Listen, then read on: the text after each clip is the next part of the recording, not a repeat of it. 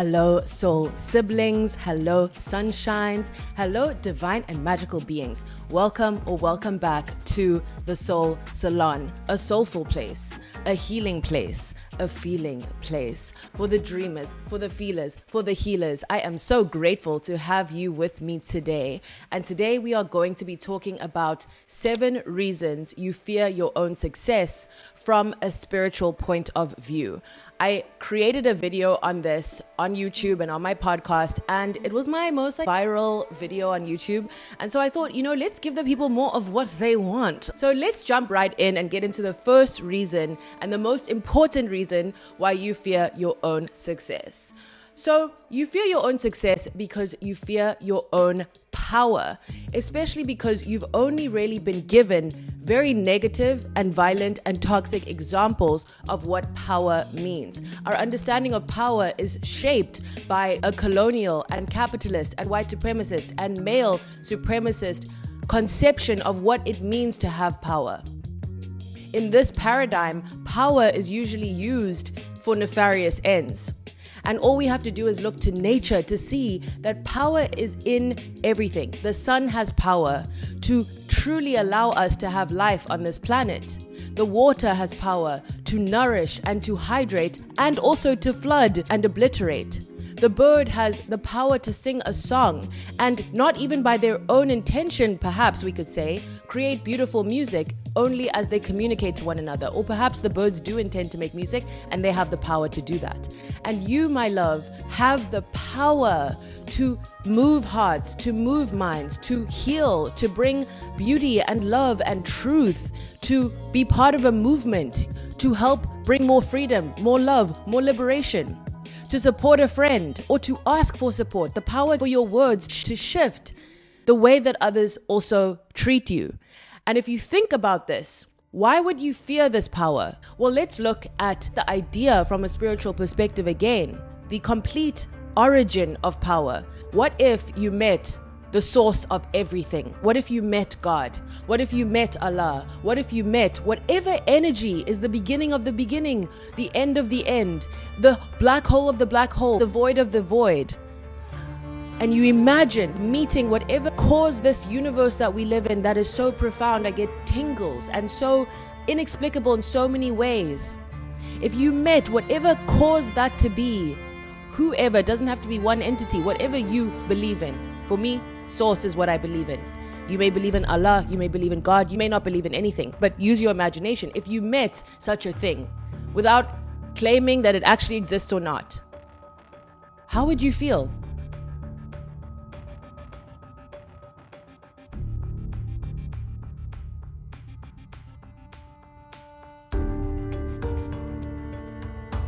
You would certainly feel awe, reverence, but I know you can feel it, or if you can't, you're about to.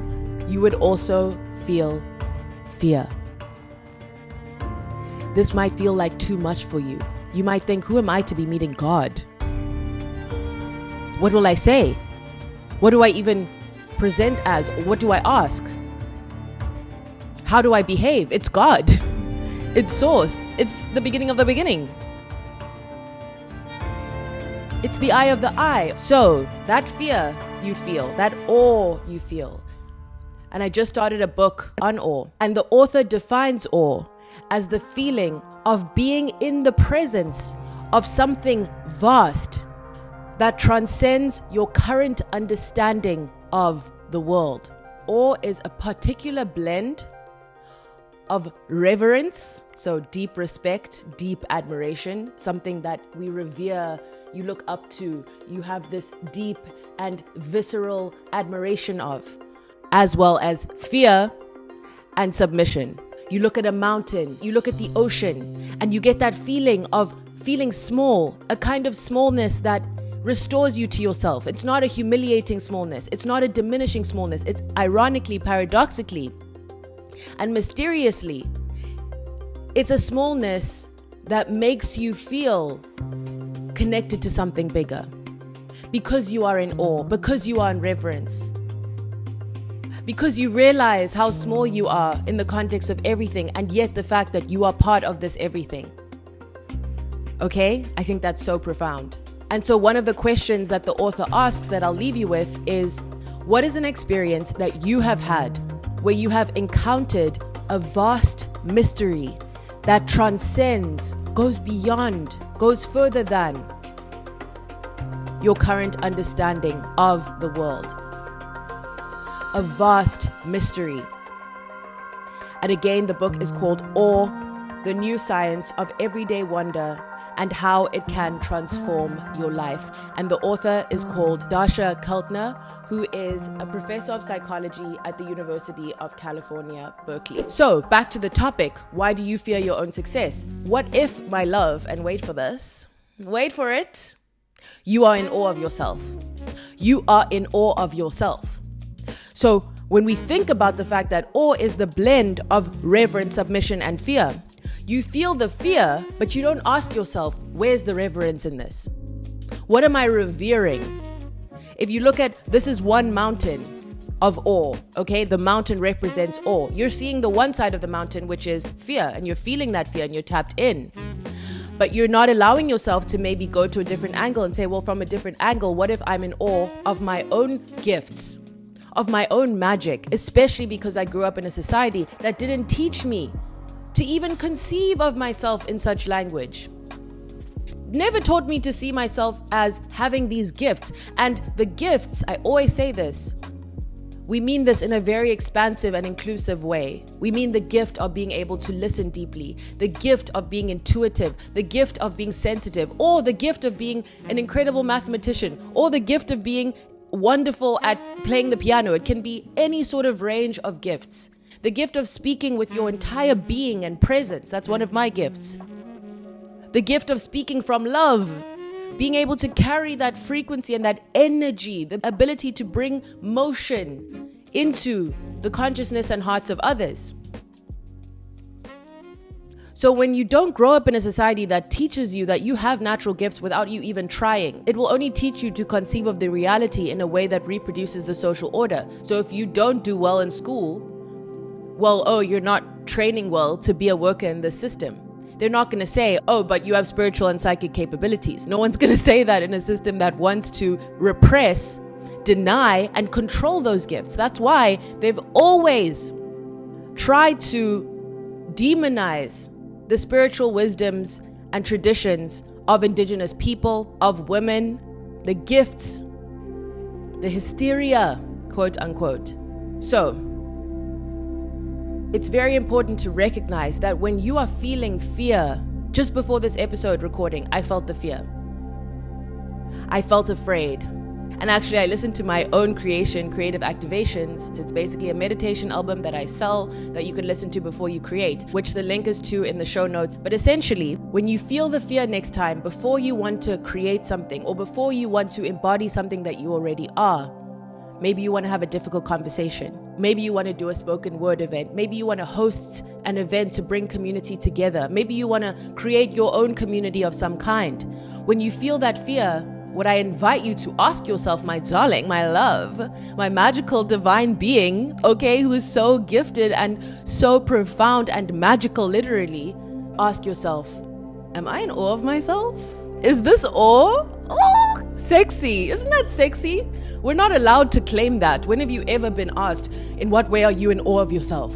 And I know we're living in a very self-obsessed culture in many ways, which I'm not trying to grow. And also, we are all here to honor that which we are, because it is from that place of honoring that we are able to be in loving service and community with others. If we don't have that inner flame that says, here I am, and I'm here to offer myself in some way, and I have a lot to offer, I'm going to listen to you in a way you've not been heard in a very long time, and you're going to walk away from this conversation feeling so seen. What a gift for that person who was craving being heard. You were a healer. We need to decolonize our understanding of healing. That was healing for them. So I do think being in awe of your natural self, your being, who you cannot help but be. If you cannot help but be thoughtful, like it just isn't in your range of being to not want to consider and be thoughtful towards others, that is a gift to be in awe of. And so next time you feel fear, the reason why I think it's important to reclaim the awe of it is they want us stuck in fear. Because then you won't create the event. Then you won't make the video. Then you won't sing that frequency that gives people chills and moves them in some way to more love, to more connection, or to more action. Maybe you're an activist singer. Okay? So the reason we must, I think, let me not say that. The reason I think it's deeply, deeply meaningful and critical in this time to honor that awe and transmute that fear into something broader that includes it still. What I love is we're not saying you're not afraid. We're just saying there are other things that are mixed in with this fear that you haven't been taught to hold space for. And when you are in reverence of yourself, and when you are able to say, yes, I'm afraid because I am seeing and touching God. Literally, I just got tingles. So yes, I'm afraid of making this episode because I'm doing my work. I'm doing the work that I feel I'm on earth to do, and that is scary because I'm touching God. When the singer is singing, when the poet is writing poetry or reading a poem, when the lover is loving, they are touching God because they are in their truth. They are in that very frequency that they are on earth to help carry and usher and grow in the world. And that, my loves, that is what we are also afraid of, because they want us so out of ourselves, like these systems of power and control. They don't want us doing our divine work.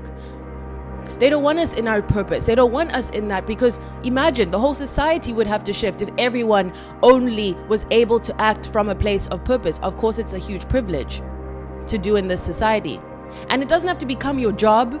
It's just an idea of, oh, if I'm scared to make the song, it's because I'm scared to face myself, and I'm scared of my own power, and I'm scared of the God within me, and I'm scared of the Allah within me, and I'm scared of the power within me. But there are beautiful and benevolent and loving forms of power, and we must reclaim them. We cannot be afraid of being in our own power if we are to usher in a paradigm rooted in love, rooted in community, rooted in connection, rooted in beauty of the spiritual kind, where we are all experiencing beautiful music, beautiful moments, beautiful food, sharing in it. Imagine that was our whole lives. That's just what we woke up and thought to ourselves. How can we make today beautiful? Who's going to create such a world if not you? If not us, if not we, okay? I love you so much. I hope some paradigms have been shifted for you in today's conversation. As always, if you can, please leave a 5-star rating on Apple and Spotify. Like, comment, subscribe. I love you so, so much, okay? I love you. Join me on my Substack. Links in the comment section. Go there, okay? Love you so much. Love you. Bye.